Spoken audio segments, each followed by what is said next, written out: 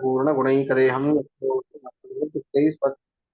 अस्योद्भवादितमशेषविशेषकौर्गल्यं सदा प्रेतं सन्नमामि अभ्रमं भङ्गरहितम् अजरं विमलं सदा आनन्दतीर्थमतुलं भजे तापत्रयापहम् पृथ्वीमण्डलमध्यस्थाः पूर्णबोधमतानुगाः वैष्णवाः विष्णुहृदयाः तान् नमस्ते गुरून् नमः श्रीगुरुभ्यो नमः हरिः ओम् 19ನೇ ಶ್ಲೋಕದ ಅನ್ವಯ ಆಗಬೇಕು. ಸನ್ನಾಮಂ ವಿಪುಲಹೃದೇ ವಿಧಾಯ ಭಕ್ತ್ಯಾ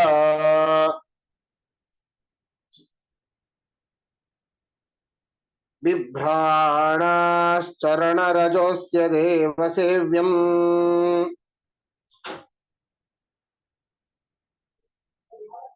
ತತ್ಸ್ನಾನಾದಧಿಕಶುಚೋ ನದಾಧಿರಾಜೇ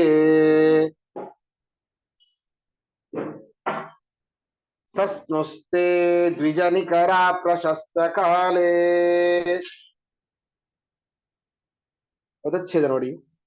ಸನ್ನಾಮಂ ವಿಪುಲಹೃದೇ ವಿಧಾಯ ಭಕ್ತ್ಯಾ ಬಿಭ್ರಾಣಾಃ ಚರಣರಜಃ ಅಸ್ಯ ದೇವಸೇವ್ಯಂ ತತ್ ಸ್ನಾನಾತ್ ಅಧಿಕಶುಚೌ ನದಾಧಿರಾಜೇ ಸಸ್ನುಃ ತೇ ದ್ವಿಜನಿಕರಾಃ ಪ್ರಶಸ್ತಕಾಲೇ. ಅನ್ವಯ ನೋಡಿ. ತೇ ದ್ವಿಜನಿಕರಾಃ, ತೇ ದ್ವಿಜನಿಕರಾಃ, ಆ ಬ್ರಾಹ್ಮಣರ ಸಮೂಹಗಳು, ಆ ಬ್ರಾಹ್ಮಣರ ಸಮೂಹಗಳು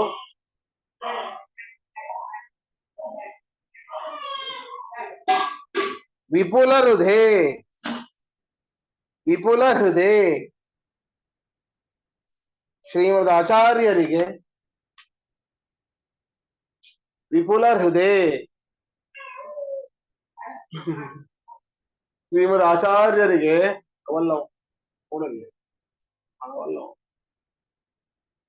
ವಿಪುಲ ಹೃದಯ ಶ್ರೀಮದ್ ಆಚಾರ್ಯರಿಗೆ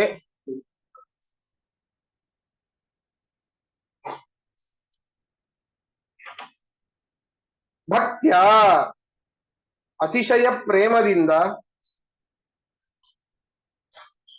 ಭಕ್ತ್ಯ ಅತಿಶಯ ಪ್ರೇಮದಿಂದ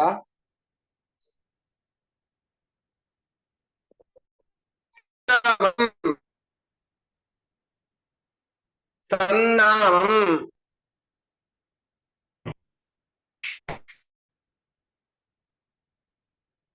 ನಮಸ್ಕಾರವನ್ನು,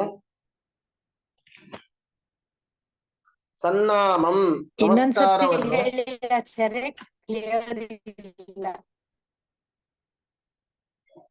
ಕ್ಲಿಯರ್ ಇಲ್ವಾ? ಇವಾಗ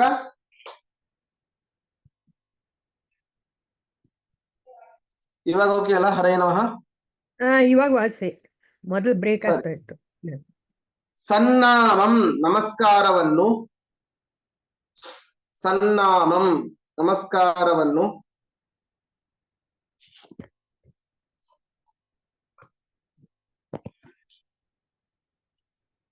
ವಿಧಾಯ ಮಾಡಿ, ವಿಧಾಯ ಮಾಡಿ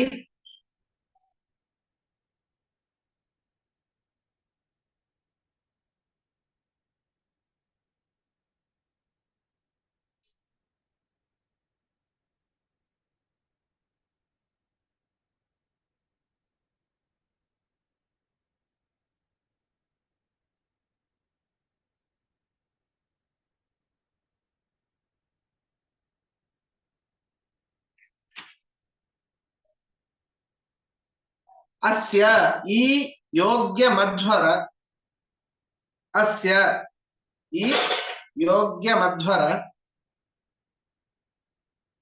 ದೇವಸೇವ್ಯಂ, ದೇವಸೇವ್ಯಂ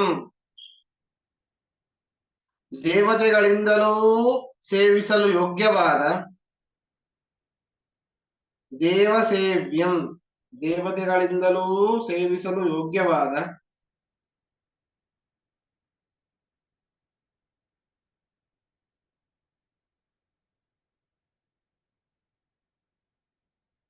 ಚರಣರಜಃ ಚರಣರಜಃ ಪಾದಧೂಳಿಯನ್ನು ಚರಣರಜಃ ಪಾದಧೂಳಿಯನ್ನು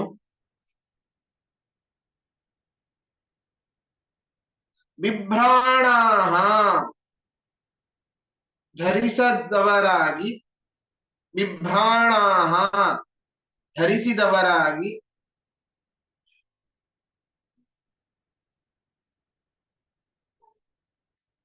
ಬಿಭ್ರಾಣಾಃ ಧರಿಸಿದವರಾಗಿ ತತ್ ಸ್ನಾನಾತ್ ತತ್ ಸ್ನಾನಾತ್ ಆಚಾರ್ಯರ ಸ್ನಾನದಿಂದ ಆಚಾರ್ಯರ ಸ್ನಾನದಿಂದ ಅಧಿಕ ಶುಚೌ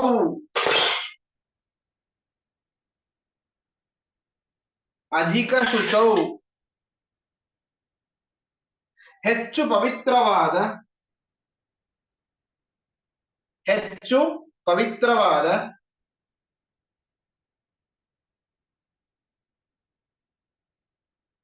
ನದಾದಿ ರಾಜೇ ನದಾಧಿರಾಜೇ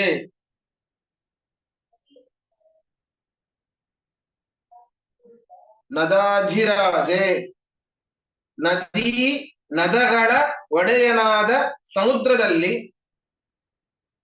ನದಿ ನದಗಳ ಒಡೆಯನಾದ ಸಮುದ್ರದಲ್ಲಿ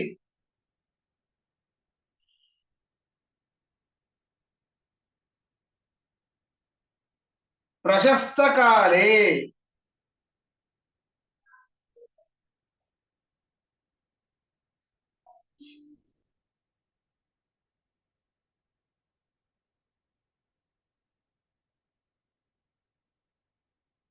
ಪ್ರಶಸ್ತ ಕಾಲೇ ಸ್ಥಾನಯೋಗ್ಯವಾದ ಗ್ರಹಣ ಸಮಯದಲ್ಲಿ ಸ್ಥಾನಯೋಗ್ಯವಾದ ಗ್ರಹಣ ಸಮಯದಲ್ಲಿ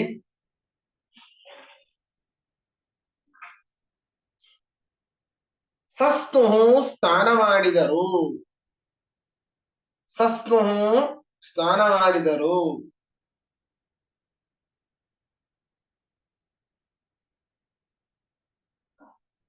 ಪ್ರಶ್ನೆ ಇದ್ರೆ ಕೇಳಿ.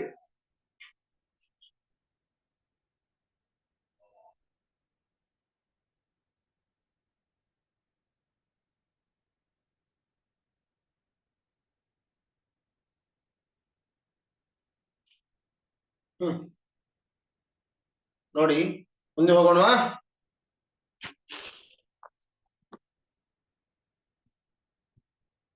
ಸರಿ ಆಚಾರ್ಯ. ಸರಿ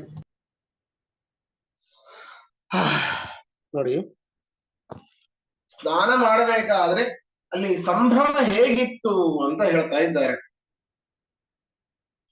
ಕಲ್ಲೋಲೈ ಕರಿನಿಕರೈ ದಿವಾನಿವಾರ್ಯೈ ಉಲ್ಲೋಲೈರ್ ಜನನಿಕರಾನ್ನಿಪಾತಯದ್ಭಿಃ ಆಕ್ರಾಂತಾಃ ಪ್ರಬಲತರೈಶ್ಚಲೋಢ್ಯಮಾನಾಃ ಹಾಸ್ಯತ್ವಂ ಪ್ರಯಯುರು ದನ್ವತೀಹ ನೈಕೆ.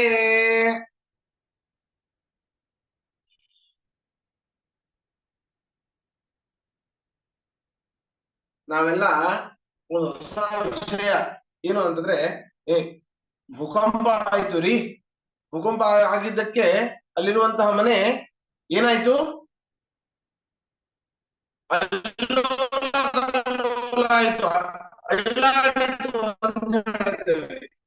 ಎಷ್ಟು ಬಾರಿ ನಾವು ಉಪಯೋಗ ಮಾಡಿರ್ತೇವೆ, ಹೌದಾ? ಅಲ್ಲೋಲ ಕಲ್ಲೋಲ ಅಂದ್ರೆ ಏನು? ಅಲ್ಲಾಡುವಂತಹ ಕ್ರಿಯೆ ಅದೊಂದು ಅಲ್ಲೋಲ ಕಲ್ಲೋಲ ಅಂತ ಹೇಳ್ತೇವೆ. ಇದು ಅಲ್ಲೋಲ ಕಲ್ಲೋಲ ಅಂತ ಶಬ್ದವೇ ಇಲ್ಲ. ಕಲ್ಲೋಲ ಅಂತ ಇದೆ, ಅಲ್ಲೋಲ ಅಂತ ಇಲ್ಲ. ಅದು ಉಲ್ಲೋಲ. ಈ ಮಧ್ಯೆ ಹೇಳಿಕೊಡುತ್ತೆ ನೋಡಿ, ನಾರದ ಪಂಡಿತಾಚಾರ್ಯರಲ್ಲಿ ಪ್ರಯೋಗ ಮಾಡ್ತಾ ಇದ್ದಾರೆ. ಕಲ್ಲೋಲೈ ಕರಿನಿಕ ಉಲ್ಲೋಲೈ ಜನನಿಕರಾನ್ನಿಪಾತಯದ್ಭಿಃ. ಎಷ್ಟು ಅದ್ಭುತ! ಉಲ್ಲೋಲ ಕಲ್ಲೋಲವಾಯ್ತು ಅಂತ ಹೇಳ್ಬೇಕೇ ಹೊರತು ಅಲ್ಲೋಲ ಕಲ್ಲೋಲ ಅಂತ ಹೇಳಬಾರ್ದು.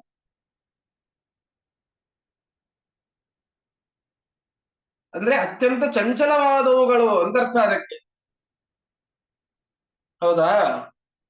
ಆಮೇಲೆ ಇನ್ನೂ ನಾವು ಹೇಳ್ತೇವೆ, ನಾನು ಗುರುಗಳ ಹತ್ರ ಈ ಒಂದು ವಿಷಯವನ್ನ ಪ್ರಸ್ತಾಪನೆ ಮಾಡಿದ್ದೆ, ಈ ಒಂದು ಸಭೆಯಲ್ಲಿ ಈ ಒಂದು ವಿಷಯವನ್ನು ಪ್ರಸ್ತಾಪನೆ ಮಾಡಿದ್ದೆ. ಪ್ರಸ್ತಾಪನೆ ಅಲ್ಲ, ಪ್ರಸ್ತಾಪ ಅಂದ್ರೆ ಪ್ರಕರ್ಷವಾದ ದುಃಖ. ಈ ಒಂದು ಸಂತೋಷದ ವಿಷಯವನ್ನ ಪ್ರಸ್ತಾಪನೆ ಮಾಡಿದೆ, ದುಃಖದಿಂದ ಹೇಳಿದೆ. ತುಂಬಾ ಬ್ರೇಕ್ ಆಗ್ತಾ ಇದೆ ಆಚಾರ್ಯ. ಪ್ರಸ್ತಾಪ ಅಲ್ಲ, ಪ್ರಸ್ತಾವ, ಪ್ರಸ್ತಾವನೆ, ವಕಾರ ಬರ್ಬೇಕಲ್ಲಿ, ಪ್ರಸ್ತಾವನೆ. ಆಚಾರ್ಯ ತುಂಬಾ ಬ್ರೇಕ್ ಆಗ್ತಾ ಇದೆ. ಹೌದಾ? ತುಂಬಾ ಬ್ರೇಕ್ ಆಗ್ತಾ ಇದೆ. ಎಲ್ಲರಿಗೂ ಹಾಗೆನಾ? ಏನು ಕೇಳಿಸ್ಲಿಲ್ಲ ಆಚಾರ್ಯ. ಹೌದು ಆಚಾರ್ಯ. ಕೇಳಿಸ್ತಿಲ್ವಾ? ಸರಿ ಕೇಳಿಸ್ತಿಲ್ಲ. ಒಂದೇ ನಿಮಿಷ. disturbance ಇದೆ. ಇದು ಈ ಶ್ಲೋಕ ಒಂದೇ ನಿಮಿಷ. ಶುರುವಾದಾಗ್ನಿಂದ ಕೇಳಿಸ್ಲಿಲ್ಲ. ಒಂದೇ ನಿಮಿಷ.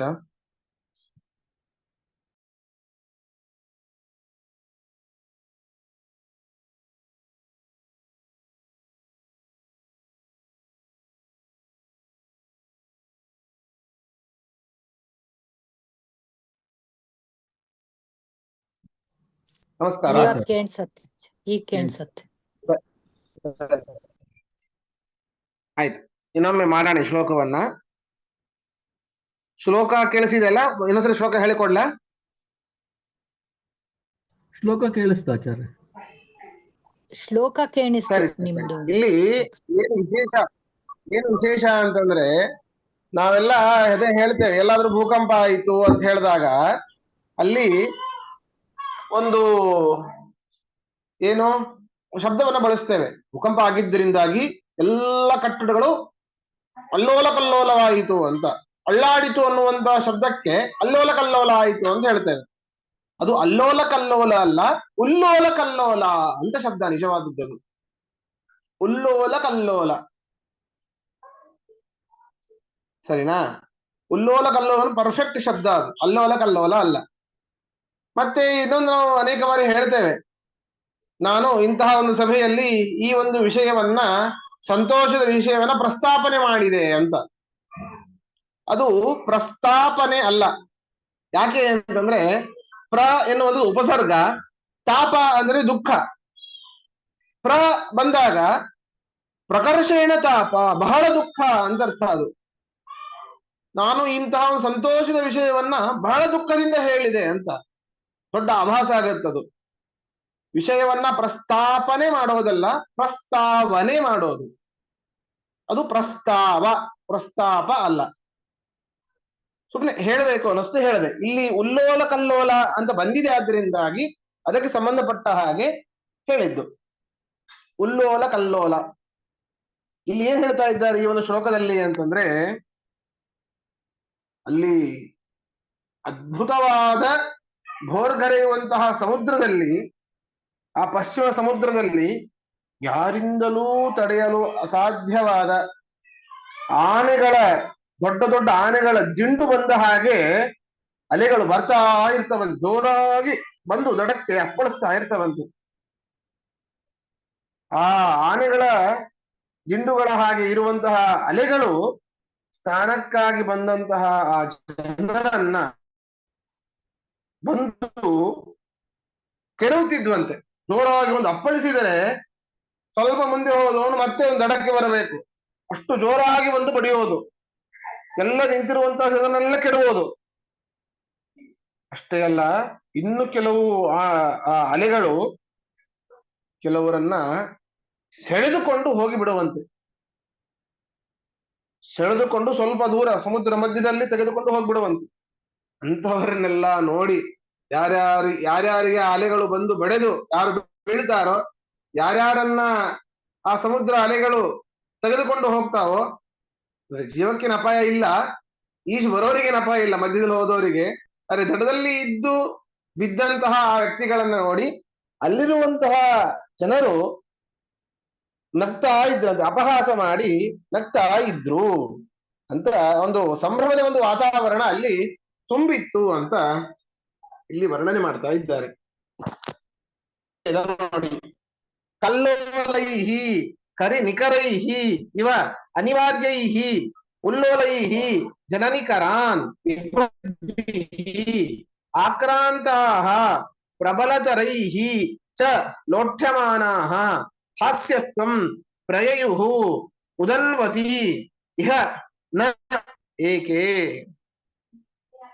ಅನ್ವಯ ನೋಡಿ, ಇಹ ಉದನ್ವತಿ, ಇಹ ಉದನ್ವತಿ, ಈ ಸಮುದ್ರದಲ್ಲಿ,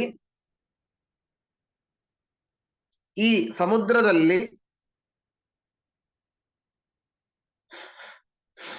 ನೈಕೆ ಬಹಳ ಮಂದಿ, ನೈಕೆ ಬಹಳ ಮಂದಿ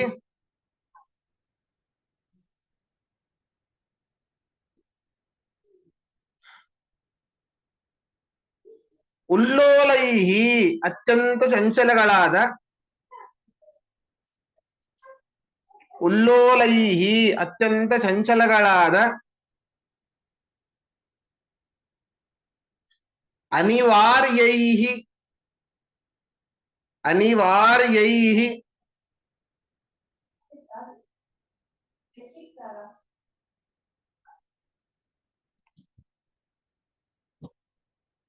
ತಡೆಯಲು ಅಸಾಧ್ಯವಾದ, ತಡೆಯಲು ಅಸಾಧ್ಯವಾದ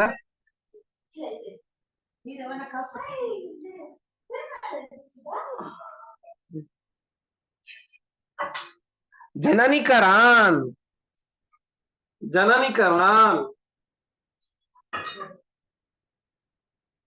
ಜನರ ಸಮೂಹಗಳನ್ನು, ಜನರ ಸಮೂಹಗಳನ್ನು ನಿಪಾತಯದ್ಭಿಹಿ ಬೀಳಿಸುತ್ತಿರುವ, ನಿಪಾತಯದ್ಭಿಹಿ ಬೀಳಿಸುತ್ತಿರುವ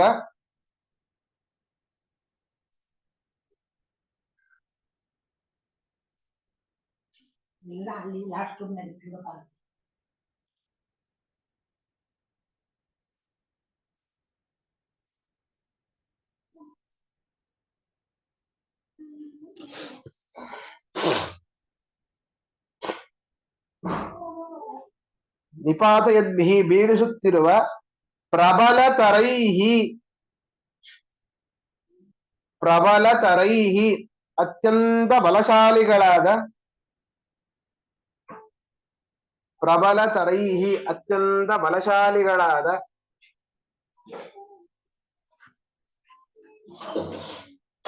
ಕರಿ ನಿಕರೈಹಿ, ಕರಿ ನಿಕರೈಹಿ ಇವ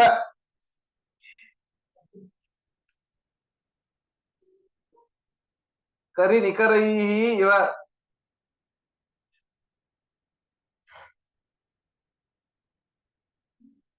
ಆನೆಗಳ ಹಿಂಡುಗಳಂತೆ, ಆನೆಗಳ ಹಿಂಡುಗಳಂತೆ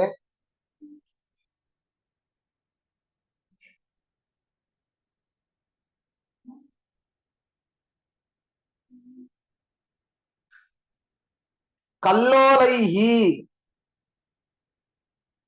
ಕಲ್ಲೋಲೈಹಿ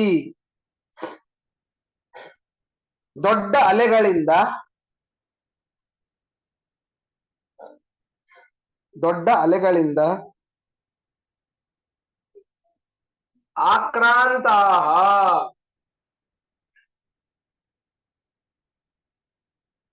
ಆಕ್ರಾಂತಾಃ ಆಕ್ರಮಿಸಲ್ಪಟ್ಟ, ಆಕ್ರಾಂತಾಃ ಆಕ್ರಮಿಸಲ್ಪಟ್ಟವರಾಗಿ, ಆಕ್ರಾಂತಾಃ ಆಕ್ರಮಿಸಲ್ಪಟ್ಟವರಾಗಿ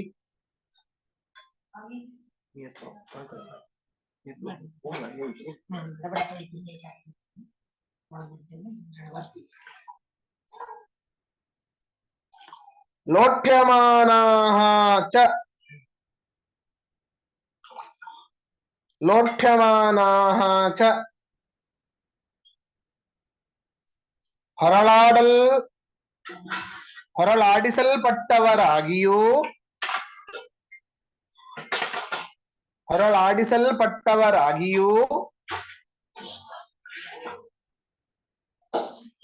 ಹಾಸ್ಯತ್ವಂ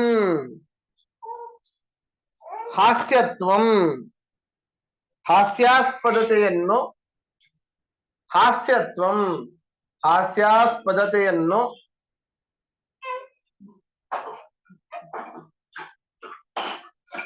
ಪ್ರಯಯುಹು ಹೊಂದಿದರು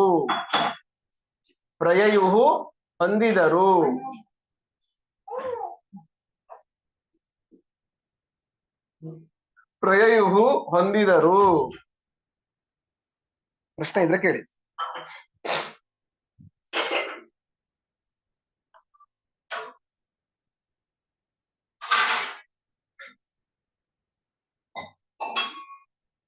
ಪ್ರಶ್ನೆ ಇದ್ರೆ ಕೇಳಿ. ಆಚಾರ್ಯರೇ, ಕೊನೆಯ ಲೈನಲ್ಲಿ ಧನ್ವತೀಹ ನೈಕೆ ಇದ್ರ ಅರ್ಥ ಹೇಳಿ ಸ್ವಾಮಿ. ಕೊನೆಯ ಲೈನಾ? ಹೌದು, ಧನ್ವತೀಹ ನೈಕೆ. ಅದು ಪದಚ್ಛೇದ ಮಾಡಿದಾಗ ಪ್ರಯಯುಹು ಉದನ್ವತಿ ಇಹ ನೈಕೆ ಅಂತ ಅರ್ಥ. ಅದು ಓಕೆ ಸರ್. ಉದನ್ವತಿ ಇಹ ನೈಕೆ, ಅದನ್ನ ಈ ಅರ್ಥದಲ್ಲಿ ಮೊದಲ ಶಬ್ದವೇ ಅದು. ಇಹ ಉದನ್ವತಿ, ಈ ಸಮುದ್ರದಲ್ಲಿ, ನೈಕೆ, ಬಹಳ ಮಂದಿ. Okay sir. ಸರಿನಾ? Okay, thank sir. ಸರಿ. ಮುಂದೆ ಒಂದು ಶ್ಲೋಕ ಮಾಡೋಣ. ಮಜ್ಜಂತಂ ಪೃಥುಲ ಹರಿ ನಿಗೂಢ ಮೂರ್ತಿಂ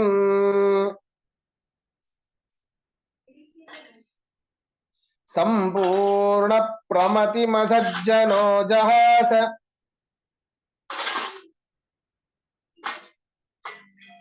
ಯೋ ಲೋಕತ್ರಯ ವಿಜಯೀ ಗುರು ಪ್ರಸಿದ್ಧ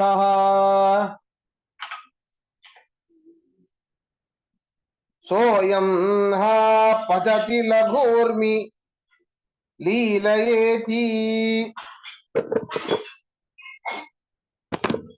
ನೋಡಿ, ಆಚಾರ್ಯರು ನಾಟಕ ಮಾಡ್ತಾ ಇದ್ದಾರೆ.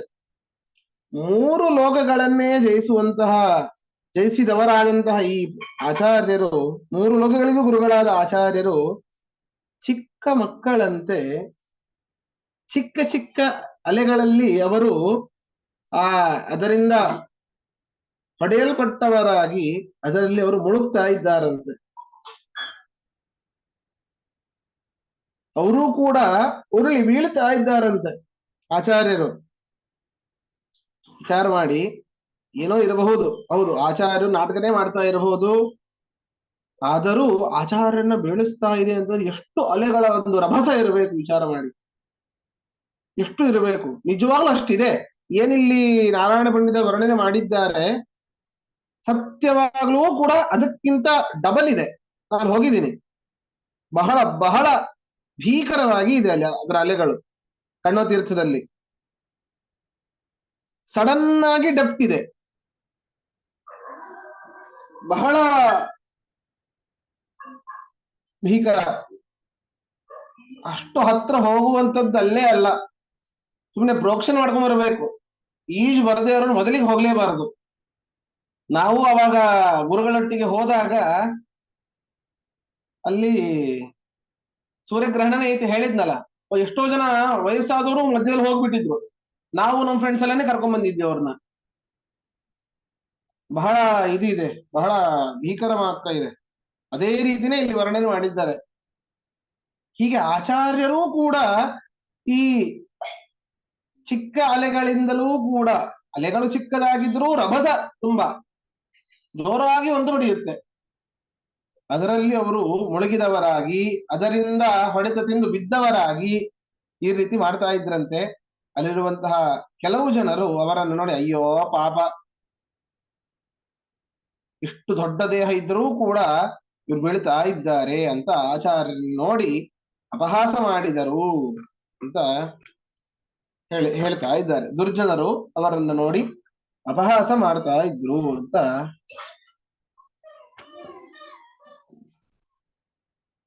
ಇದರಲ್ಲಿ ವರ್ಣನೆ ಮಾಡ್ತಾ ಇದ್ದಾರೆ. ಇದರ ಅರ್ಥವನ್ನ ನಾಳೆ ಪಾಠದಲ್ಲಿ ಕೇಳೋಣ.